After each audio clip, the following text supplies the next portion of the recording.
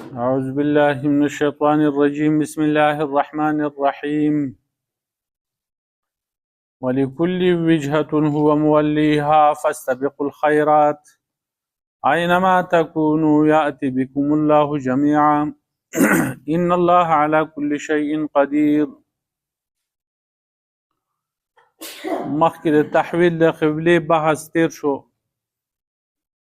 چې نبی علیہ السلام په مکه کې کعبې ته منځونه کول او بیا چې کله مدینې منورې ته لاړ نو هلته یې 14 یا 18 میاشتې منځونه وکړه بیت المقدس ته. خلقو مختلف اعتراضات وکړل، یهودو ځان له او منافقانو هم او دغه رنګې مشرکانو ځان له اعتراضات وکړو په نبي علیه السلام باندې. د هغې جوابونه تیر شو او حکمتونه د تحویل د قبلې هغه مخکې څه لاړل. اوس نور حکمتونه هغه بیانوي چې تحویل د قبلې د دې لپاره شی دی چې د هر شخص لپاره د هر امت لپاره یو طرف وي، هغې ته مخ کوي. فاستبقوا الخیرات، تاسو مخکې شئ نیکو ته، او تاسو هر ځای کې چې نو الله پاک به تاسو راولي په جمع باندې، ځکه الله پاک په هر شي باندې قدرت لرونکی دی. ولکل شخص ولکل امة وجهة، د هر یو شخص لپاره د هر امت لپاره یو وجهه ده، طرف دی چې هغې ته مخ کوي. ومولیها، هغې ته مخ اړونکی، مولی وجهه الیها دی چې دې مخ اړی خپل هغه طرف ته. نو مخکې هم دغسې وایي چې الله رب العالمین د مختلفو قومونو لپاره د مختلفو امتونو لپاره مختلفې قبلې هغه جوړې کړي دي. بعضې فرشتي داسې دي چې د هغو قبله عرش دی، او بعضې هغه دي چې د هغو قبله چې دا بیت المعمور دی. او بعضې پیغمبران داسې وو چې د هغو چې کوم دی قبله هغه بیت المقدس و. نو بعضې پیغمبران هغه دي چې د هغو قبله چې دی هغه کعبه وه. نبي علیه السلام چونکې کعبه خوښه وه مخکې لاړل، نو د هغه د مرضۍ مطابق الله پاک د هغه لپاره دا کعبه قبله مقرر کړه. نو دا څه ناشنا کار نه دی. دا مخکې هم چې قومونه تیر شوي د هغوی لپاره څه طرفونه وو چې هغوی هغې ته منځونه کوله. نو قومونه ترې مراد دي، امتونه ترې مراد دي، یا اشخاص مراد دي چې د هر چا دپاره د دنیا په مختلف طرفونو کې چې خلق اوسیږي د هغوی دپاره طرف دی. نو قبله د هغوی دپاره مقرر کړل ده کعبه، چې دا کعبې ته مخکې او دا طرفونه ټول د الله رب العالمین دپاره دي. نو د هغه په حکم باندې دغسې کوي د چا چې کوم دی هغه قبله هغه مشرق دی، د چا مغرب دی، د چا چې کوم دی شمال دی، د چا جنوب دی. اوس هغه ملکونه چې هغه مغربي ملکونه دي، مغرب طرف ته دي، د هغو قبله خو مشرق دی که نه، دې طرف ته مخ کوي، کعبه په مشرق کې ده. او مشرقي ملکونه چې کوم دي لکه دا ملکونه چې دي هندوستان، پاکستان وغیره، نو دوی مغرب ته مخ کوي. نو ایتوپیا والا چې کوم دی هغه شمال ته مخ کوي، ماسکو والا جنوب طرف ته مخ کوي. دا د هر یو لپاره ځانه جدا طرف دی. نو هغه طرف ته دوی مخ اړوي. نو فاستبقوا الخیرات، تاسو جلتی وکئ مخکې شئ خیرات نیکو ته، یعنی هر قسمه طاعات چې دي، فرایض، واجبات، سنتونه، مستحبات، په دې باندې عمل کوئ، دا د خیر کارونه دي. یا د خیرات نه مراد مونځ دی، تاسو مخکې شئ مانځه ته، مونځ کوئ. قبله خو غوره قبله ستاسو لپاره مقرر شوه چې هغه کعبه ده. اوس هغه غوره عمل چې هغه مونځ دی، د هغې لپاره جلدي کوئ او مخکې کیږئ، هغه کوئ.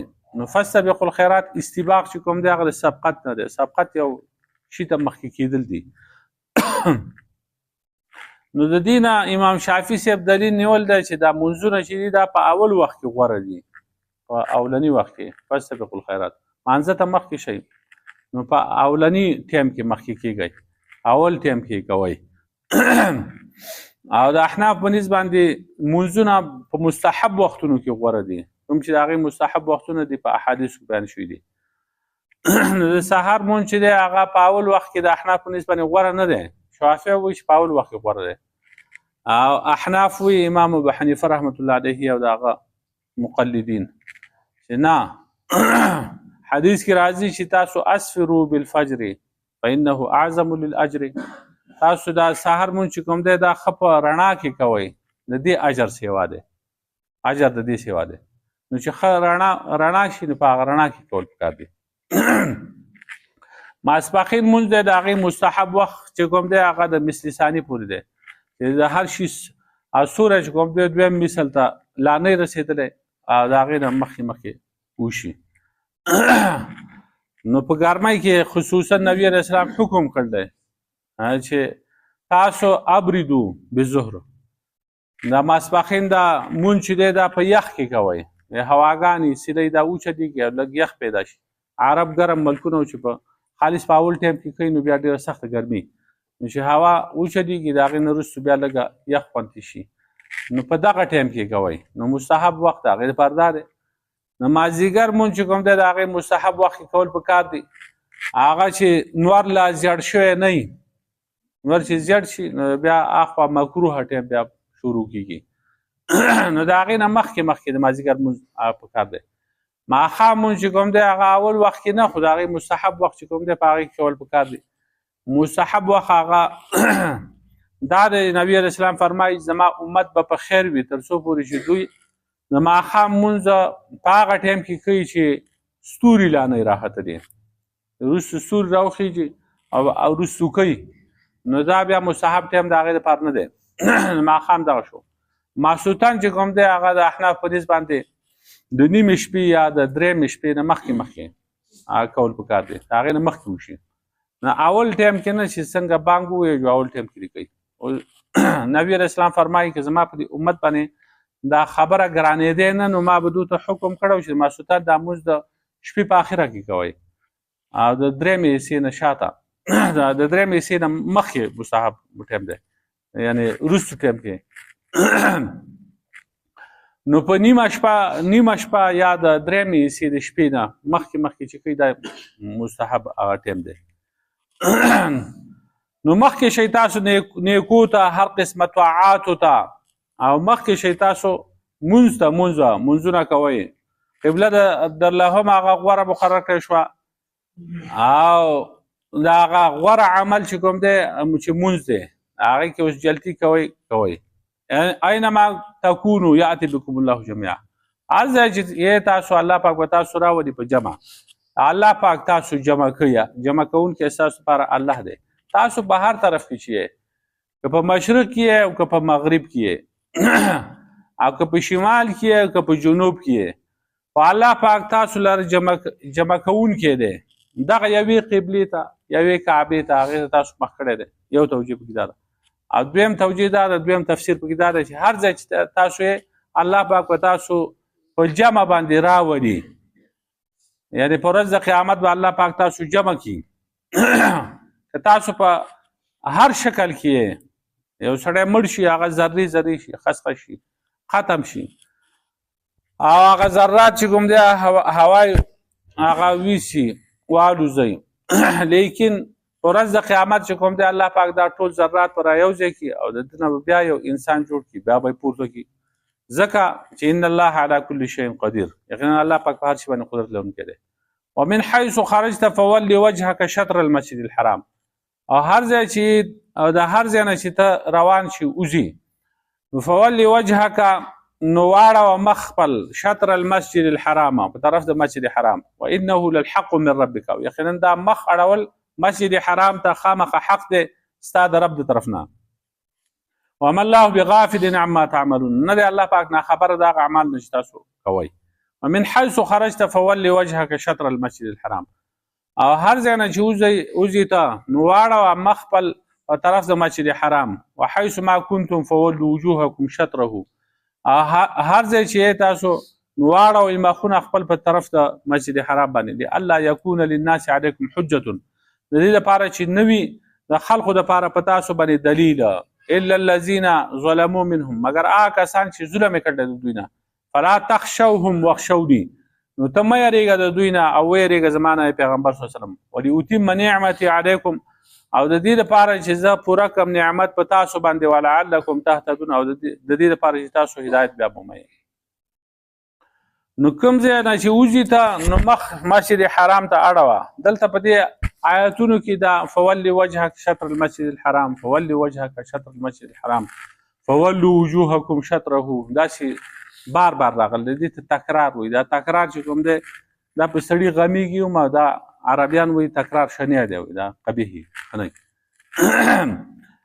چې په یو ځل باندې سړی پوه کېږي نو بار بار ورته سره دا خبرې کوي په هغه باندې بیا بوج کېږي دا خبرې نو دا خو د خدای کلام دی نو په دې کې دا تکرار چې راغلی دی نو دا ښه نه دی جو نه دا بار بار خبره د دې دپاره کوي چې هغې مقصدونه جدا دي مخکې چې کوم دی فولي وجهک شطر المسجد الحرام دا د دې دپاره ووي چې په هغه کې مقاصد چې جدا جدا نو هلته بیا تکرار که بیا خبره کوي نو خیر دی هغه فصاحت بلاغت نه خارج نه دی هغه کلام نو مخکې د نبی علیه السلام د تعظیم د تکریم دپاره ووي چې ستا دا قبله خوښه وه نو مخ ورته واړوه ستا خوښه وه موږ ستا عزت وکړو ستا احترام وکړو نو مخ دې ته واړوه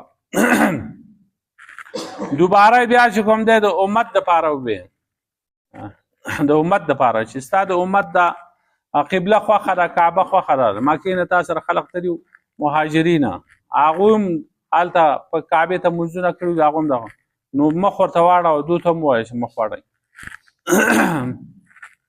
او درېیم ځل بیا د دې دپاره ووي چې د خلقو حجت هغه ختم شي ځکه کعبې ته مخ ځکه واړوه چې په د اهل کتابو په کتابونو کې دا راغلي وو که نه چې دا پیغمبر چې دی دا به پیغمبر د دوو قبلو وي نو که چېرته تا یوې قبلې ته مخ کولی او بیا د کعبې ته نه مخ کړی نو دو به خامخا اعتراض کو چې دا هغه پیغمبر نه دی کوم چې زموږ کتابونو کې دی ځکه چې د هغه په باره کې دا راغلي چې هغه به دوو قبلو ته مخ کوي دی خو د یوې قبلې ته مخ کوي نو لئلا یکون للناس علیکم حجة د دې دپاره چې د خلقو په تاسو باندې دلیل پاتې نه شي دا دلیل هم ختم شي د اهل کتابو او د مشرکانو مشرکانو هغه دلیل هغه هم ختم شي هغه به دا اعتراض کوي چې دا خو دا څنګه پیغمبر دی چې د خپل پلار او د نیکه خلاف کوي ابراهیم علیه السلام او اسماعیل علیه السلام هغوی کعبې ته مونځونه کول او دی بیت المقدس ته مونځ کوي نو خدای پاک ته ستا دپاره قبله هغه مقرر کړه کعبه د دې لپاره چې هغه دلیل ختم شي بیا دا نه وي چې دا پیغمبر د خپل پلار نیکه خلاف کوي خلاف ختم دا مقصد دی یا دا مقصد دی چې را مونځ چې ته کوي نو یا به کعبې ته مخامخ کوي چې هلته دنده په مسجد حرام کې یا به په مکه کې او یا به د مکې نه بهر په بل ځای کې په نورو ملکونو کې نو یو ځل یې ورته وایي چې فولي وجهک شطر المسجد الحرام چې دنده یې نو په هغه ټایم کې ورته وایي چې مخ کوه دې کعبې ته مخ کوه بیا وایي که چېرته په مکه کې دنده یې او د کعبه کې نه مسجد حرام کې نه خو په مکه کې دنده په دغه وطن کې نو بیا وي مخ کوه دلته حکم یو دی هلته چې وي بیا هم مخ کوه که په دې که مکه کې دنده نو بیا هم دغه طرف ته مخ کوه یو حکم دی او په درېیم ځل بیا ورته ووایي چې که په بهر یې لکه دا نور خلک چې بهر اوسېږي په مختلفو ملکونو کې هغوی ته وایي هر ځای کې چې تاسو مخ کوئ دغه قبلې ته مخ کوئ د دین علاوه نور هم ډېر توجیهات نه لس توجیهات اوږدېږي او خبره چې اوږدېږي لنډه خبره دغه شوه کما ارسلنا فیکم رسولا منکم یتلو علیکم آیاتنا لکه څنګه چې موږ لېږلي دي فیکم په تاسو لېږلی دی په تاسو کې رسولا پیغمبر منکم ستاسو نه یتلو علیکم آیاتنا لولي په تاسو باندې زموږ آیتونه ویزکیکم او تاسو پاکوي ویعلمکم الکتاب والحکمت او ښایي تاسو ته کتاب او حکمت ویعلمکم ما لم تکونوا تعلمون اخی تاسو ته هغه شی چې تاسو په هغې باندې خبردار نه وئ تاسو نه پېژنده. نو کما ارسلنا فیکم دا کاف چې کوم دی د تشبیه دپاره دی، دلته تشبیه ورکړل ده. نو د دې ارسال پیغمبر د ارسال رسوله تشبیه د بل څه سره ورکړل ده. نو دا بل څه شی دی چې د هغې سره تشبیه ورکړل ده هغه دغه مخکې آیات کې ولاتم نعمتي علیکم د هغې سره متعلق دی. کاف چې کوم دی دا جاره دی، جر دی. نو کما ارسلنا دا جاری مجرور دا متعلق غواړي. نو دا د مخکې ولاتم نعمتي علیکم د هغې سره متعلق شو. د دې دا کعبه موږ ستا دپاره مقرر کړه قبله، د دې دپاره چې موږ په تا باندې نعمت پوره کړو. لأتم نعمتي علیکم اتماما مثل ارسال رسول فیکم منکم. داسې شو. په داسې تمامولو سره نعمت په داسې تمامولو سره لکه څنګه چې موږ دا نعمت په تاسو باندې پوره کړی دی، تمام کړی دی، او په تاسو کې موږ پیغمبر را لېږلی دی. نو په آخرت کې به هم چې کوم دی هغه نعمت په تاسو پوره کوو او په نیغه لارې به او سیده به جنت ته ځئ. او په دنیا کې هم الله پاک په تاسو باندې اتمام د نعمت کړی دی، پیغمبر یې په تاسو کې را لېږلی دی. نو پیغمبر ذمهواریان چې کوم دی هغه لکه څنګه چې ابراهیم علیه السلام دعا غوښتلې وه چې خدای پاک په دوی کې یو پیغمبر ولېږي چې هغه دوی ته کتاب ښیي او حکمت ورته ښیي او تعلیم له ورکوي او تزکیه د دوی کوي. نو هغه شان پیغمبر چې کوم دی الله پاک راولېږه هغه د ابراهیم علیه السلام دعا چې هغه بیا مات کړه هغه یې وویل چې یتلو علیکم آیاتنا، لولي په تاسو باندې زموږ آیاتونه، ویزکیکم او تاسو پاکوي تزکیه د نفسونو کوي او تاسو ته کتاب ښیي چې هغه قرآن دی، والحکمت او حکمت ښیي چې هغه سنت د پیغمبر صلی الله علیه وسلم دی. ويعلمکم ما لم تکونوا تعلمون، ښایي تاسو ته هغه څه چې تاسو په هغې باندې خبردار نه وئ. ډېر مسایل داسې وو چې د هغې نه تاسو نه وئ خبردار، هغه تاسو ته بیان کړه تشریع احکامات او نور واقعات دا یې درته هم بیان کړل، د هغې نه خبر کړئ. مکه کې هغه خلق د څه نه خبر وو؟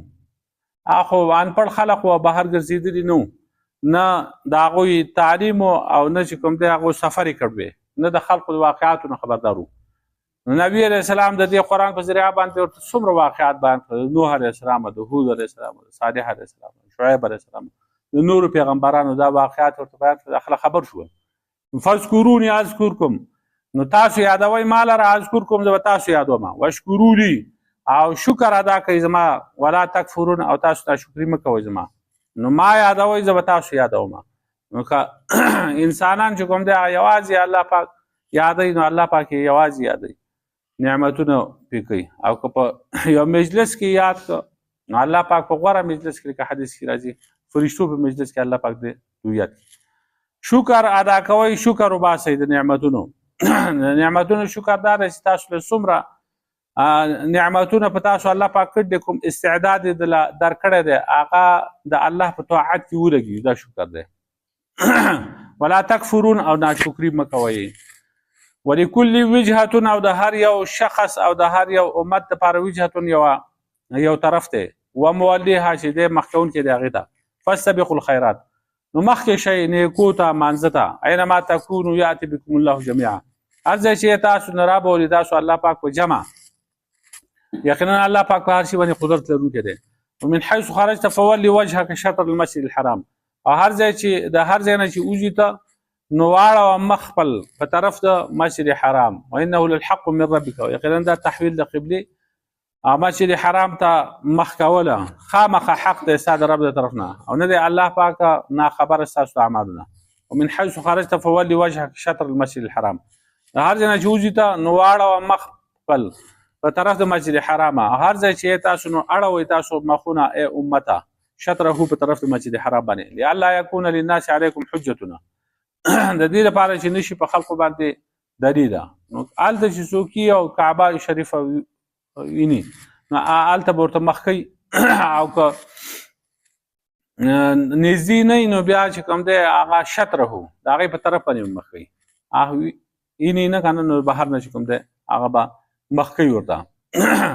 بیا په دې ملکونو کې چې کوم دی دغه په یو زاویه 90 زاویه چې کوم دی 90 سنټیګریډ دا دغه دی، په دې کې دنده او مخکې تقریبا 45 نه چې د 45 نه هم دا کعبه 45 سنټیګریډ نه اخوای بیا مونږ نه کیږي او په دې 45 کې د دندې نو هم کیږي.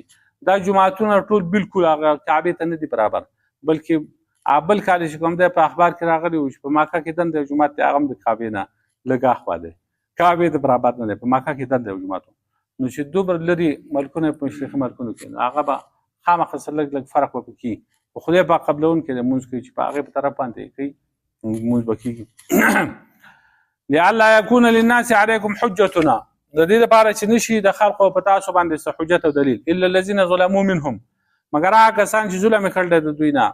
وفلا تخشوهم، نو مه یېرېږه د دوی نه، ای پیغمبر تاسو مه یېرېږئ د دوی نه، واخشوني او ویریږئ زما نه، ولیتم نعمتي علیکم، او د دې لپاره چې زه پوره کړم نعمت په تاسو باندې، او د دې لپاره چې تاسو سمه لار بیا مومئ. ما ارسلنا فیکم رسولا منکم، لکه څنګه چې لېږلی دی موږ په تاسو کې یو پیغمبر ستاسو نه، یتلو علیکم، چې لولي به تاسو باندې زموږ آیتونه، ویزکیکم، او تاسو پاکئ تزکیه کوي ستاسو نفسونو، ویعلمکم الکتاب والحکمة، او ښیي تاسو ته کتاب او حکمت، ویعلمکم ما لم تکونوا تعلمون، او ښیي تاسو ته ما هغه څه لم تکونوا تعلمون چې تاسو هغه نه پېژنده. کله چې مخکې درس کې موږ ویلو چې د الله پاک نوم راشي، الله جل جلاله، رسول الله صلی الله علیه وسلم نوم راشي، صلی الله علیه وسلم، صحابي نوم راشي رضی الله عنه، دا شانتې د تابعي یا د نیک سړي رحمت الله علیه رحمه الله دا وایه. ربنا ظلمنا انفسنا ولا تغفر لا اله الا انت سبحانك سر لي امري واحلل